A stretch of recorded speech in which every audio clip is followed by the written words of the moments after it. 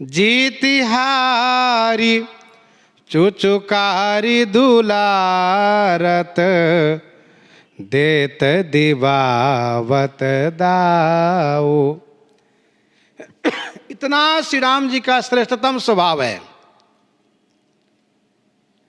इतना सुंदर स्वभाव है। वैसे कारण पा करके बड़ों बड़ों को रोष आ जाता है। अति संघर्षण जो कर कोई, अनल प्रगट चंदन ते होई। सुनु प्रभु बहुत अवज्ञा किए, उपज क्रोध ज्ञानियों के ये। यदि कोई बड़ी बात हो और अति हो तो बड़े बड़े ज्ञानियों के हृदय में क्रोध आता, उनके चेहरे भी रोष से युक्त देखे जाते हैं। लेकिन हमारे श्री राम जी में क्रोध के कारण उपस्थित होने पर भी क्रोध नहीं करते, ये बड़ी बात है।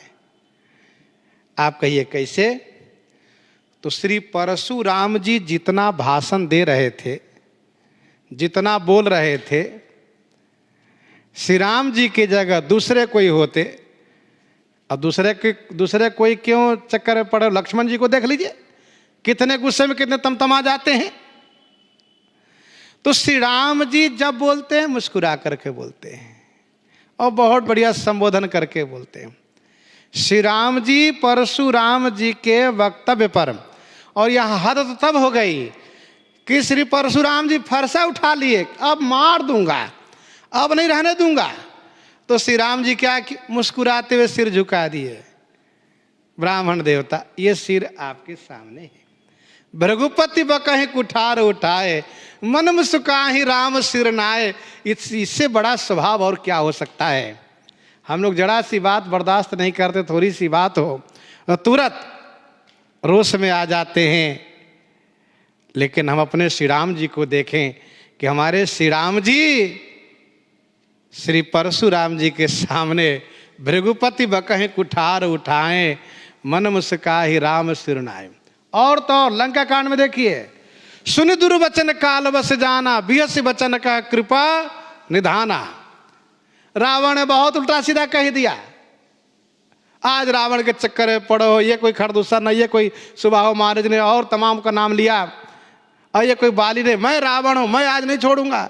तो श्री राम जी को हंसी आ गई और तुरंत मुस्कुराने लगे और फिर नीति की बात कहने लग गए। सुन दुर्वचन काल बस जाना, बिहस बचन का कृपा निधाना। तो कहने का भाव यह है कि हमारे श्री रघुनाथ जी में रोष नहीं आता, कभी नहीं आता, और आता तब है जब उसकी आवश्यकता होती है। युद्ध में शत्रुओं के संहार के लिए, अपने भक्तजनों के बीच, सज्जनों के बीच कभी गुस्सा नहीं करते। खेलत संग अनुज बालक नित। अब स्वाभाविक खेल में काको माने कौन गोसैया? खेल में कोई किसी को स्वामी नहीं मानता।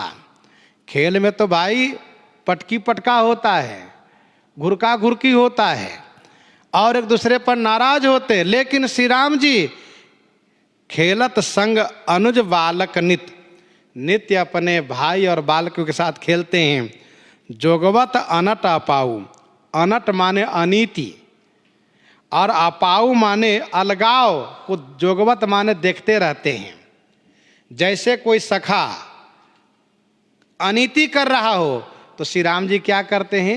धीरे से बुलाते, कहते इधर सुनो मेरे मित्र, जैसा आप कर रहे हो ये शोभनीय नहीं है, ये अच्छा नहीं है, ऐसे होना चाहिए, ऐसे नहीं होना चाहिए। जी खुश हो गए वे। और यदि कोई आपस में लड़ गए, अथवा मान लो नहीं लड़े हैं, कोई आपस में मन में दुखी होकर किनारे हो गए, कहता मैं नहीं रहूंगा इनके साथ, हम नहीं रहना, हमको अलगाव अलग होने लगे, तो श्री राम जी उनको समझाते हैं कि देखो खेल में इस तरह से होता है, अलग नहीं होना चाहिए। अकेले क्या खेलोगे, साथ रहो, साथ का आनंद अलग होता है। फिर उनको समझा करके खुश कर दिए। तो श्री राम जी जोगवत अनटा पाओ जीतिहारी। श्री राम जी जीत भी जाते हैं तब भी अपनी हार सुनाते हैं। एक कहत भाई हार, राम जू की, एक कहत भैया भरत जय। श्री राम जी जानबूझ करके अपनी हार कहती है मेरी हार हो गई, और सामने वाले मित्र को दाव देते हैं। जीत ही हार, जीत में हार। और फिर इसके बाद उन सखाओं को, भाइयों को क्या करते हैं? चुचुकारी दुलारत, पुचकारते हुए दुलराते हैं। बढ़िया पीठ पर, सिर पर हाथ घुमाते हुए, गले से लगा करके दुलराते हुए, चुचकारते हुए, पुचकारते हुए। और देत दिवावत दाव, स्वयं उनको दाव देते, सुनो अब की बार इनकी बारी, ये खेलेंगे। अच्छा जी ठीक है। और दिवावत दाव, उनको दाव देते, मौका देते हैं, ये खेलेंगे। कोई नाराज, थोड़ा सा रुष्ट हो गए हो तो उनको मौका देते खेलने के लिए। ये श्री रघुनाथ जी का स्वभाव है, सुनिश्चितापतिशील स्वभाव। मतलब ये है कि मिला के चलना, मिल के चलना, यह एक श्रेष्ठ स्वभाव का पहचान होता है।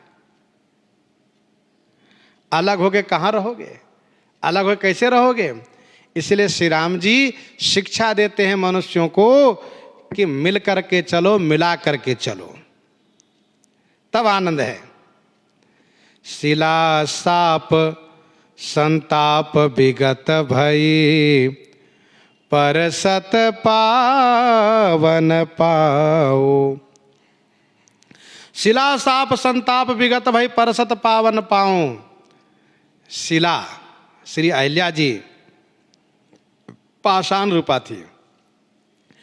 पावन पांव परसत, साप संताप विगत भई, पवित्र चरण के स्पर्श होने से साप और संताप से मुक्त हो गई।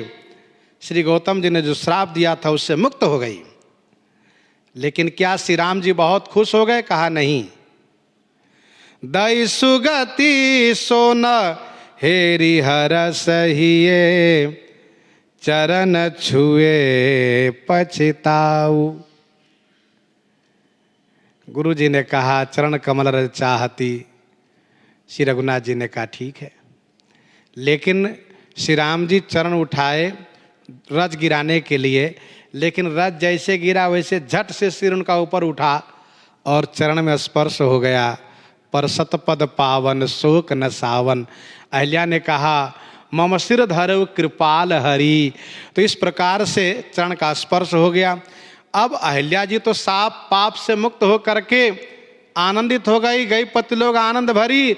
लेकिन श्री राम जी को इस बात को बड़ी चिंता हो गई कि मेरे चरण से एक ब्राह्मणी की, एक ऋषि पत्नी के सिर पर स्पर्श हो गया, क्योंकि मैं क्षत्रिय राजकुमार हूँ, ये मानते श्री राम जी।